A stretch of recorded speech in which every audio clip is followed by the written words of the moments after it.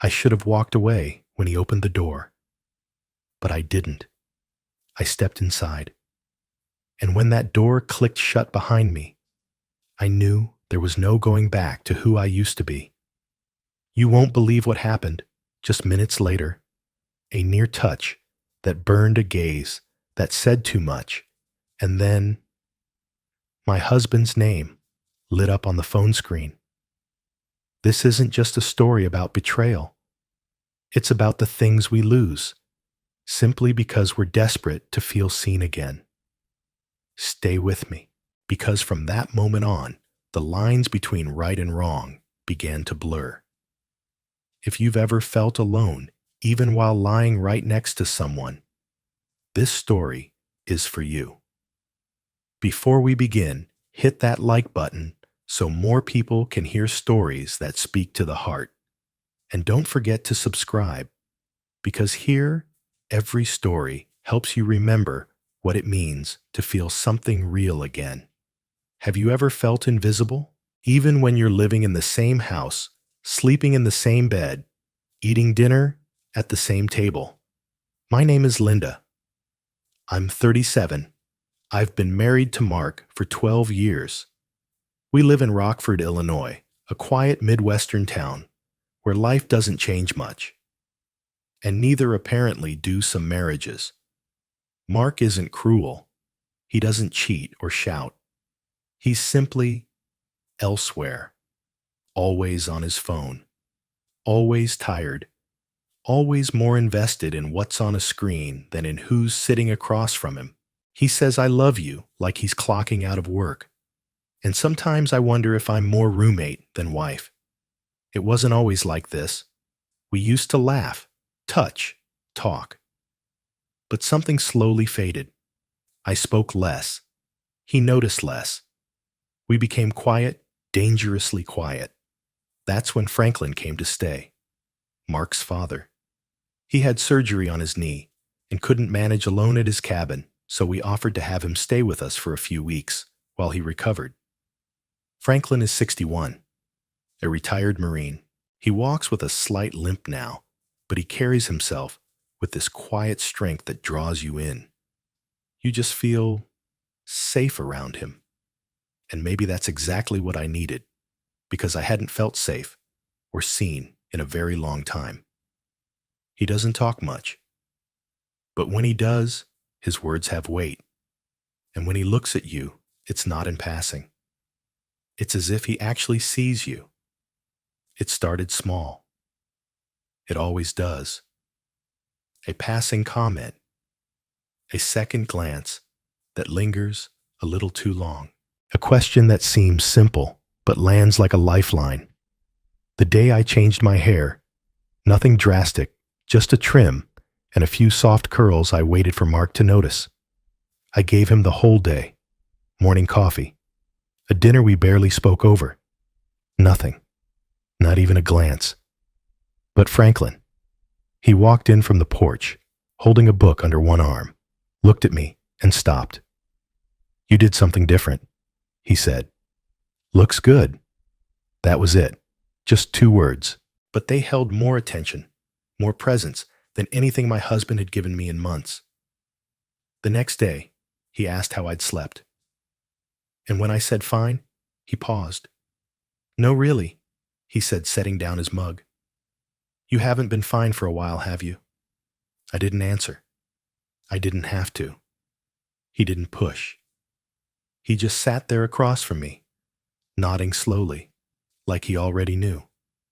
Mark had forgotten my birthday that week. We had talked about maybe going out to dinner. Just the 2 of us, nothing fancy. But when the day came, he stayed late at work, then fell asleep, watching YouTube on the couch. Not a card. Not a happy birthday. Nothing. Franklin, though. He remembered. That morning, he handed me a small potted succulent. "I didn't know what kind of flowers you liked," he said with a shrug. "But these don't die easy. Thought you might like that." I stood there with the little plant in my hands, not sure whether to laugh or cry.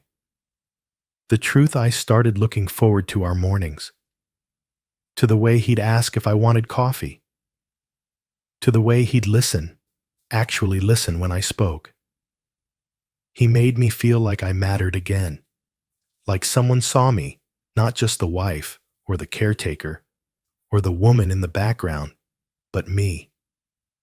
Sometimes our hands would brush when we passed each other in the kitchen. Accidental, almost, but I started noticing the warmth in those seconds, the tiny pauses in conversation, the way he'd lean just slightly closer than he needed to when handing me something. Nothing happened, but something was happening. It's harmless, I told myself. He's just being kind. He's lonely too. But deep down, I knew better. There's a certain kind of intimacy that doesn't need to be physical. A kind that sneaks up on you slowly until one day you realize you're thinking about someone at night, not because you want them, but because they made you feel wanted. And that's what Franklin did.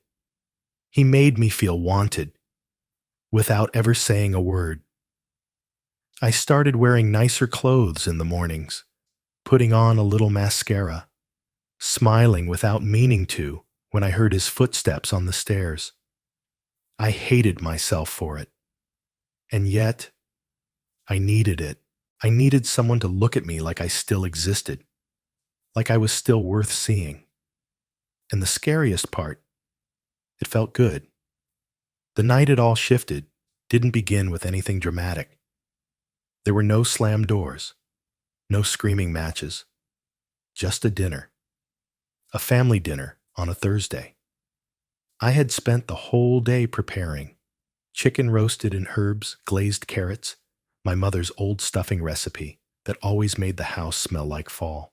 I set the table with cloth napkins, lit 2 candles, not for romance, just to make the night feel less empty.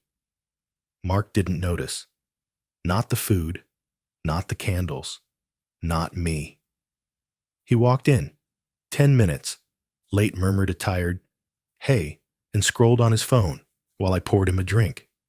He didn't even look up when I asked how his day was. I think I already knew his answer.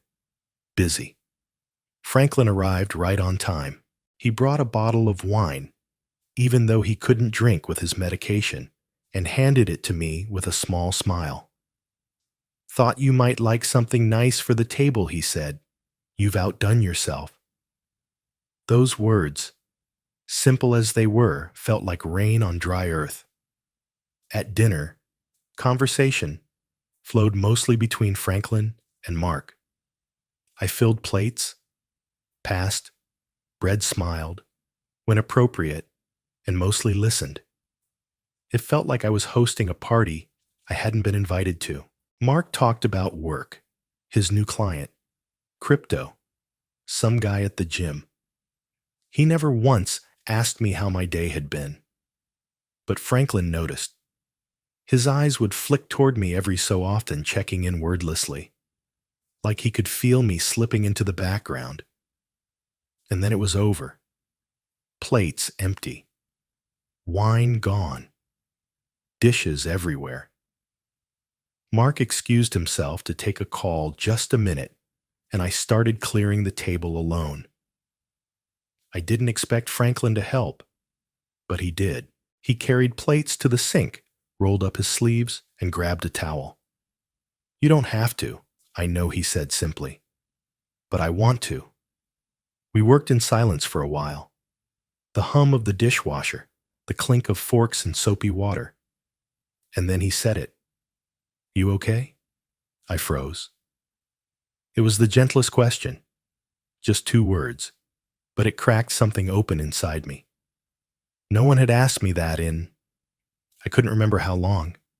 I swallowed, nodded. "I'm fine." He didn't press, just dried another plate slowly. "You deserve more than fine," he said softly. I turned to look at him, and that's when it happened. The moment. Not a kiss, not a touch. Just a long, still silence between 2 people who had both forgotten what it felt like to be seen. His eyes held mine, and in that second, I knew if I took one step forward, everything would change. The air was charged, heavy, a heartbeat stretched into forever. I should have moved, should have laughed it off, said something about how much detergent we were using. But I didn't.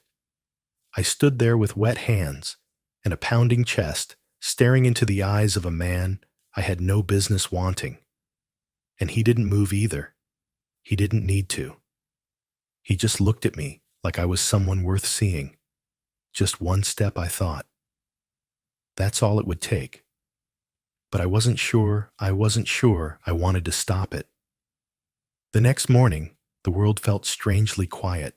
Mark left early for work. No kiss, no eye contact, just the sound of his keys and the front door closing behind him. I sat at the kitchen table with a cup of coffee that had already gone cold. I didn't drink it. I just held it, letting the warmth slip away, just like everything else. And then my phone buzzed. "Franklin, are you free today?" I stared at the screen. My thumb hovered. I didn't think. I didn't weigh anything. I typed, "Yes." Seconds later, he replied, "Come over." That was it. I placed my phone face down. My pulse started to rise fast and sharp like thunder in my chest. I should have deleted the message, pretended I never saw it. Instead, I grabbed my keys. The drive to his cabin felt like a dream, silent, blurry around the edges. My hands trembled against the steering wheel. I don't remember the roads. I just remember the voice in my head screaming, "Turn around. Don't go. Don't be this woman." But my body wasn't listening. When I pulled into his driveway, the world slowed down. Every leaf, every creak of the old wooden steps, every gust of wind felt louder than it should have. His truck was parked outside. He was home. I sat in the car for what felt like an eternity. My palms were sweaty, my throat dry, my legs numb. And then the front door opened. Franklin stepped out slowly, deliberately. He didn't wave. He didn't smile. He just stood there, one hand resting against the doorframe, his eyes locked on mine. There was no mistaking the tension between us now. No misreading. No pretending it was anything else. I got out of the car. The wind hit me like a slap, but I was already burning from the inside out. I took slow, shaky steps up the path.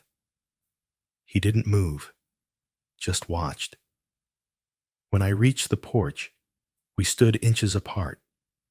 Neither of us said a word.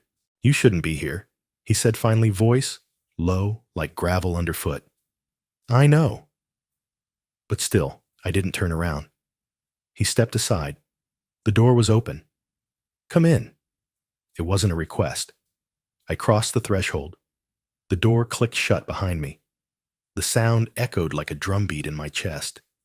His house smelled like cedar and soap and something unmistakably him. I didn't know where to put my hands. I didn't know where to stand. So I turned to face him. And that was a mistake, because when our eyes met, every wall I'd tried to build came crashing down. Franklin's gaze traveled slowly over my face, my collarbone stopping at my lips. I felt heat rise in my neck, my chest, my stomach. Every breath felt too loud. He didn't touch me. He didn't have to. "This is a bad idea," he said, but he didn't back away. "I know," I whispered. We stood there an arm's length apart, but the pull between us was magnetic, dangerous. If you take one more step, there's no turning back. That's what my mind screamed, but my body was already leaning in. Franklin walked out of the kitchen, holding 2 glasses of water. He handed me one. Our fingers brushed barely. But the jolt that ran through me was immediate, almost too much. He didn't look away, and I didn't pretend I hadn't felt it. The silence between us wasn't awkward. It was loaded, tense, alive. "Linda," he said quietly. Just my name, but it hit me like thunder. I set the glass down without drinking. "Did you ever imagine this?" I asked, my voice thin, trembling. Franklin didn't answer right away. He sat down in the armchair across from me, still watching. "I tried not to," he finally said. "But lately, I fail every day." I let out a dry laugh. Short, sad. "It's crazy," I whispered. "Who even are we?" He didn't flinch. "Two lonely people in the same storm," he said. "And that's the most dangerous kind." I stayed where I was standing near the bookshelf, my hands wrapped around each other tightly. But in my mind, I was already somewhere else, stepping closer, brushing his shoulder, touching his chest, just to feel a heartbeat that wasn't numb. I hadn't done it, but I'd imagined it. And that was its own kind of betrayal. Franklin leaned forward, his elbows resting on his knees. "You don't need me, Linda," he said. "You need someone who sees you." "Then why," I asked, "are you the only one who does?" His breath caught. I saw it. He stood up. I didn't move. He took one step toward me slowly, like he was walking through fire. And we were close again, too close. Still no touching. But the air crackled, like lightning waiting for a place to strike. "If I kiss you," he said, barely audible, "I won't be able to stop." I didn't say anything. My silence said everything. And then the phone buzzed. Once, twice, 3 times. It was like a bell, tolling at the end of something sacred. Franklin reached over and picked it up. The screen lit up. "Mark." "It's him," Franklin said, voice flat. I stepped forward, my knees weak, and stared at the screen just as the call ended. A message appeared. "I know." Followed by another. "Don't move. I'm coming." The heat that had flooded my body just minutes ago was gone, replaced by a sharp, ice-cold fear that sliced right through my spine. I looked up at Franklin. He was pale now. His lips parted, but he didn't speak. Another buzz. Another message. I didn't read it. I didn't need to, because everything was already clear. Mark hadn't been clueless. He hadn't been distracted. He'd been paying attention, in all the ways I didn't think he could. I stepped back, pressing my fingers to my lips. No kiss had happened, but we'd crossed every line that mattered. "How?" I asked, barely able to breathe. Franklin slowly put the phone down on the counter. "Maybe he followed you," he said, "or maybe he just knew." He didn't finish the sentence, because it didn't matter how. All that mattered was this: he knew, and he was on his way. He didn't knock. When Mark walked through the door, it wasn't with rage. There were no shouting matches, no fists, no accusations, just silence. That was the worst part. He stood there in the threshold looking at me. His eyes didn't narrow. They didn't burn with fury. They were calm. Too calm.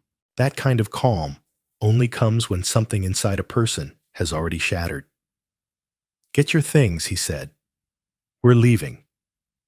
I didn't argue, didn't ask how long he'd known, or what he'd seen, or if he'd followed me.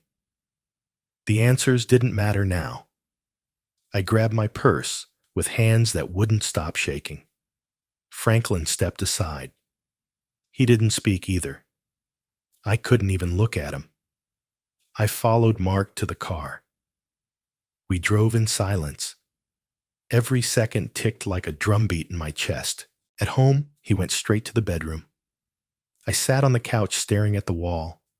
I didn't cry. I wanted to, but nothing came. Hours passed, The house felt different now, like something holy had been broken inside its walls, like the oxygen had changed. When he finally came out, Mark looked like someone I didn't recognize. Older, tired in a way that went deeper than sleep. He didn't yell. He didn't ask why. He just sat down across from me, hands clasped, elbows on his knees. I knew something was wrong, he said softly. I just didn't want to believe it was that. I nodded. Nothing happened, I said, voice barely above a whisper. He looked at me for a long time. But it almost did, he said. I didn't answer, because he was right. And the almost somehow felt worse. I wasn't there for you, he added. I see that now. That nearly broke me, because for a moment I wanted him to hate me, to scream, to give me permission to feel small. But instead, he gave me something far more painful: understanding. I don't know what happens next, he said, but I think we should talk. When we're ready. Then he stood up, went back to the bedroom, and closed the door behind him. I sat there for hours, not moving, not breathing, just listening to the sound of a house holding its breath. 2 months later, Mark and I no longer lived together. There were no court dates, no messy divisions, just two people who had once shared a life, now learning to let it go. We parted quietly, much like the way we had grown apart, not with hate, but with the quiet ache of people who finally understood sometimes love isn't enough. I moved into a small apartment near a bookstore I liked. It wasn't fancy. It didn't need to be. It was mine. And for the first time in years, I could breathe. I never reached out to Franklin, and he never reached out to me. A part of me still thought of him, not as someone I lost, but as the first person who truly saw me after I had faded from myself. But I also knew something else. Connection born from loneliness rarely survives the light of day. A cold, quiet afternoon. I was sitting on a bench in the park, coffee in hand, a worn paperback in my lap. The wind was sharp, but calm. And for once, the city felt quiet enough for me to hear my own thoughts. I looked up, and there he was, Franklin, across the street, hands in his coat pockets, standing still. Thinner, grayer, the same steady presence, but lighter now, like a man who had laid something heavy down. He didn't wave, didn't smile, but he saw me, and I saw him.